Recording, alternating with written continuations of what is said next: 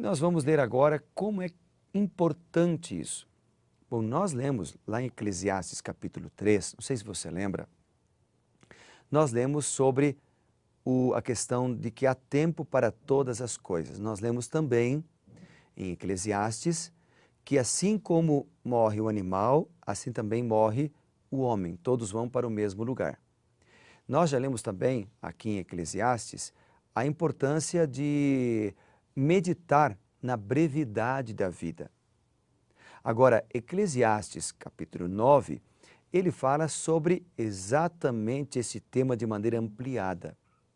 Então, antes de abrirmos a Escritura, nós vamos orar. Você pode fechar os seus olhos? Vamos buscar a Deus. Bondoso Pai, querido Jesus, a gente vai abrir a Bíblia agora. Eu estou aqui juntinho com os meus amigos da TV Novo Tempo. Ajuda-nos a ouvir a Tua voz em Eclesiastes 9. Em nome de Jesus, amém. Vamos juntos então. Eclesiastes 9, ele diz o seguinte, vou citar alguns versos no início.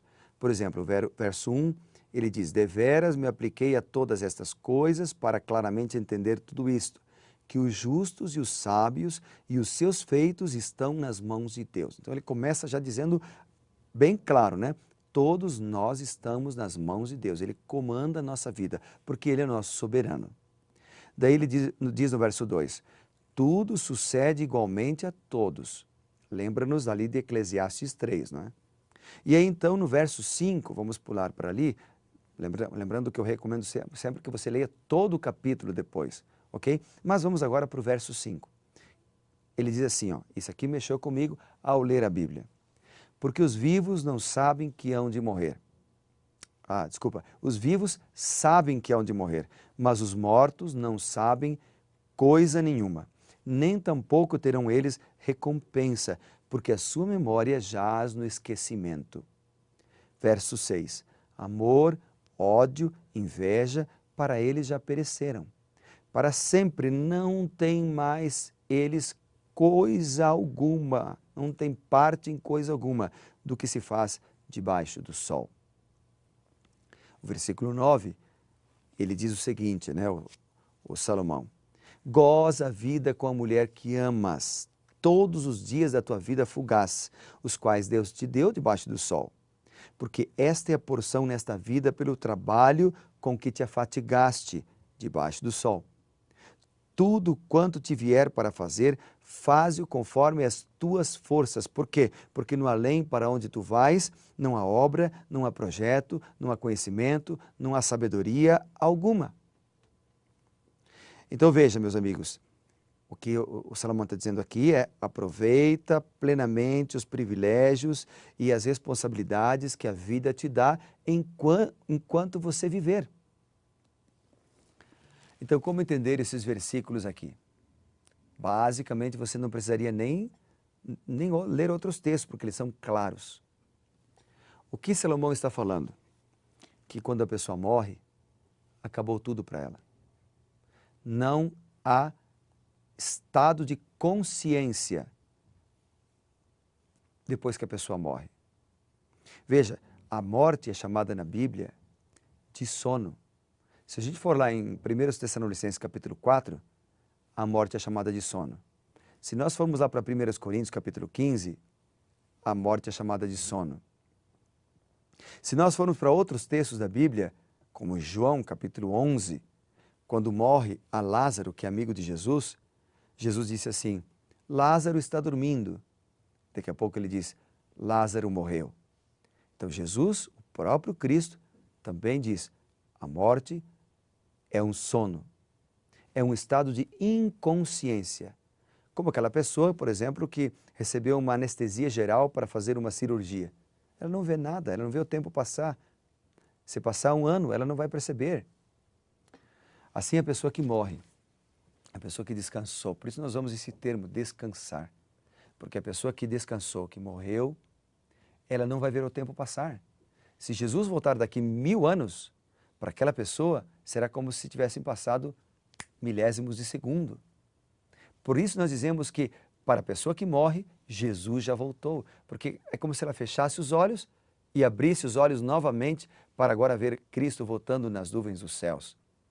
A Bíblia, ela não se preocupa muito, Deus não se preocupa muito com essa morte física, porque para Deus esse é só um sono. A Bíblia fala da segunda morte, lá em Apocalipse, que é para os ímpios, para os maus, ou seja, quando Jesus voltar, então os maus, eles serão ressuscitados depois do milênio, eles receberão a condenação eterna, que será a morte eterna. Então, essa morte, Deus se preocupa com ela. Deus se preocupa. Sabe por quê? Porque quem morrer a morte eterna, ou a segunda morte, nunca mais verá Deus. E Deus morreu por todos. Ele queria ter todos lá no céu, mas nem todos aceitam. Então, essa morte, Deus não se preocupa muito com ela, porque ela é passageira, ela é rápida, né? A pessoa não vê o tempo passar. Os mortos, diz aqui, no versículo 10, não sabem coisas nenhuma. Então, se mamãe morreu e o filho dela que ficou está passando por dificuldades, está sofrendo, aquela mãe, mesmo tendo sido justa, não vai ver o sofrimento do filho. E isso é um alívio para ela. Imagina uma mãe que consegue ver o filho sofrendo, ver o filho padecendo, mas não pode ajudá-lo, por estar num outro plano. Não dá. Os mortos estão descansando, diz a Bíblia, de todas as suas lutas e todos os seus problemas. Por isso nós lemos, por exemplo, como lá o Salmo 115, verso 7, que diz assim, ó. Salmo 115, verso 7 diz assim. Vamos ver o texto? Acompanhe comigo. 115, verso 17, desculpa. Os mortos não louvam o Senhor, nem os que descem à região do silêncio. Os mortos não louvam o Senhor. E por que não louvam? Se é uma pessoa que é justa, se é uma pessoa que morreu crendo em Deus, e se ela fosse direto para o céu, ela não estaria louvando a Deus? Estaria. Mas a Bíblia diz aqui, os mortos não louvam o Senhor, porque eles não sabem de coisa nenhuma. Há muitos outros textos na Bíblia que poderíamos citar. Mas o que Eclesiastes 9 está nos dizendo, portanto, amigo, aproveita as oportunidades. Amigo, enquanto você tem vida, seja fiel. Enquanto você tem vida, seja honesto. Enquanto você tem vida, seja consagrado. Entregue sua vida ao Senhor, confia nele e o mais ele fará. Jesus contou uma parábola no Novo Testamento do rico e do Lázaro, que parece contradizer esse ensinamento. Mas, na verdade, o que Jesus queria ensinar com a parábola do rico e do Lázaro, do mendigo e do rico, ele fala sobre isso no final da parábola, ele queria ensinar o seguinte, que nós devemos aproveitar as oportunidades que Deus nos dá enquanto estamos vivos. A oportunidade de estudar a Bíblia, a oportunidade de ir à igreja, a oportunidade de testemunhar, a oportunidade de ser um contribuinte com a propagação da causa do Evangelho, a oportunidade de amar as pessoas. Deus nos dá oportunidades, cabe a nós aceitarmos ou não aquelas oportunidades que Ele nos dá. Porque todas as oportunidades que vêm de Deus são boas. Amém? Que grande lição nós aprendemos então em Eclesiastes capítulo 9. Aprendemos aqui que a pessoa que morreu, ela está dormindo, mas aprendemos algo mais também. Sabe o quê? No versículo 10 diz assim, tudo quanto te vier a mão para fazer, faze-o conforme as tuas forças. O que o texto aqui está falando é o seguinte, que nós temos que dar sempre o nosso melhor. Tudo o que fizermos deve ser com excelência, no trabalho, nos estudos, né, em casa, no lar, tudo devemos fazer o melhor, com excelência. Vai construir uma igreja? Deve ser feito com excelência. Você vai fazer um trabalho lá no seu ambiente de serviço? Deve ser feito com excelência. Você vai, talvez, praticar um esporte? Dedique-se, faça com excelência. Em tudo devemos fazer com excelência, dar o nosso melhor. Por isso ele diz, tudo quanto te vier a mão para fazer, faze-o, mas faze-o com excelência, conforme você consegue fazer de acordo com as tuas forças. E fim, para terminar então, Eclesiastes 9, do verso 11 até o versículo 12, ele fala de preparo. No verso 12, por exemplo, ele diz: pois o homem não sabe a sua hora. Preparo. Prepare-se, querido amigo, para encontrar-se com o teu Deus. Prepare-se para encontrar com Cristo Jesus. Ele virá em breve. E esse preparo passa pela comunhão pessoal.